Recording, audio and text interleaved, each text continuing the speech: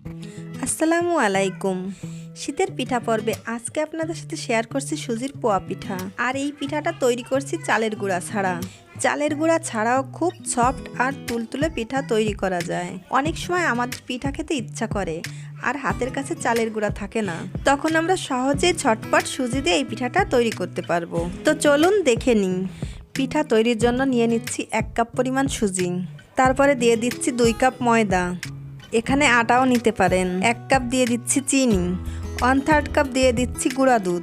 তবে কেউ যদি গুঁড়া দুধ না দিতে চান তাহলে স্কিপ করতে পারেন, তবে দিলে খেতে বেশি ভালো লাগে। স্বাদ মতো দিয়ে দিচ্ছি লবণ। এখন শুকনো উপকরণগুলো একসাথে মিশিয়ে নিতে হবে। যখন মেশানো হয়ে যাবে তখন কুসুম গরম পানি দিয়ে একটা সফট ডো তৈরি করতে হবে। এই ডোটা তৈরি করার আগে আমি একটা বড় পাত্রে ঢেলে নিচ্ছি। এই পিঠার ডোটাকে কিন্তু কুসুম গরম পানি দিয়ে তৈরি করতে হবে। যদি ঠান্ডা পানি দেন তাহলে পিঠাগুলো ফুলবে না, আর খুব বেশি গরম পানি দিলেও কিন্তু পিঠাগুলো ভালো হবে না। তাই কুসুম গরম পানি দিয়ে পিঠার ডোটা তৈরি করতে হবে। অল্প অল্প করে পানি দিতে হবে আর হ্যান্ড উইক্স দিয়ে ভালো করে মিশিয়ে নিতে হবে। এই ডোটা তৈরি করার সময় কিন্তু অনবরত নাড়তে হবে, যাতে খুব স্মুথ একটা ডো তৈরি হয়ে যায়। আর প্রথমে এই ডোটা কিন্তু কিছুটা পাতলা করে গুলতে হবে। আমি অল্প অল্প করে পানি দিয়ে একটা স্মুথ ডো তৈরি করে নিয়েছি। এখন আমি এই ডোটাকে ঢেকে 30 মিনিটের জন্য রেস্টে রেখে দিব। তারপর এই ডোটাকে আমি আবারও একটি হ্যান্ড উইক্স দিয়ে মিশিয়ে নিচ্ছি। এখন কিন্তু অনেকটা ঘন হয়ে গেছে, কারণ আমরা এখানে সুজি দিয়েছিলাম, আর সুজি কিছুক্ষণ রেখে দিলে কিছুটা ঘন হয়ে যায়। আর এই ডোটার ঘনত্বটা আপনাদের দেখাচ্ছি, দেখতেই পাচ্ছেন ডোটা একদম পারফেক্ট হয়েছে। এখন এই পিঠাটা ভাজার জন্য চুলায় একটা লোহার কড়াই বসিয়ে দিয়েছি। এখন এর মধ্যে পর্যাপ্ত পরিমাণে তেল দিয়ে দিচ্ছি। আর পোয়া পিঠা কিন্তু ডুবো তেলে ভাজতে হয়। তেলটা গরম হলে একটা গোল চামচ দিয়ে পিঠার ডোটা দিয়ে দিব।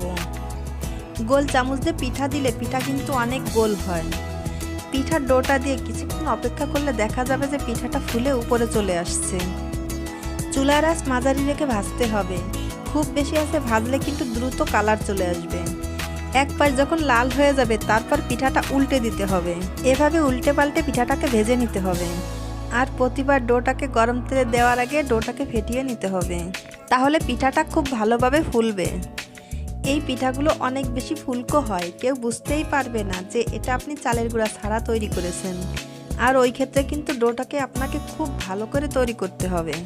অবশ্যই 30 মিনিট রেস্টে দিতে হবে। আর কুসুম গরম পানি দিয়ে এই ডোটা বানাতে হবে এবং অনেকটা সময় নিয়ে ফেটতে হবে, তাহলে পিঠাটা এরকম সুন্দর ফুলকো হবে। সবগুলো পিঠা আমি একইভাবে বানিয়ে নিচ্ছি। দেখতেই পাচ্ছেন পিঠাটা কতটা ফুলকো ফুলকো হয়েছে। আশা করছি আমার রেসিপিটা আপনাদের ভালো লেগেছে। আর ভালো লাগলে আমার চ্যানেলটিকে সাবস্ক্রাইব করে আমার পাশেই থাকবেন। আজ বিদায় নিচ্ছি। সবাই খুব ভালো থাকবেন, আমার জন্য দোয়া করবেন। আল্লাহ হাফেজ।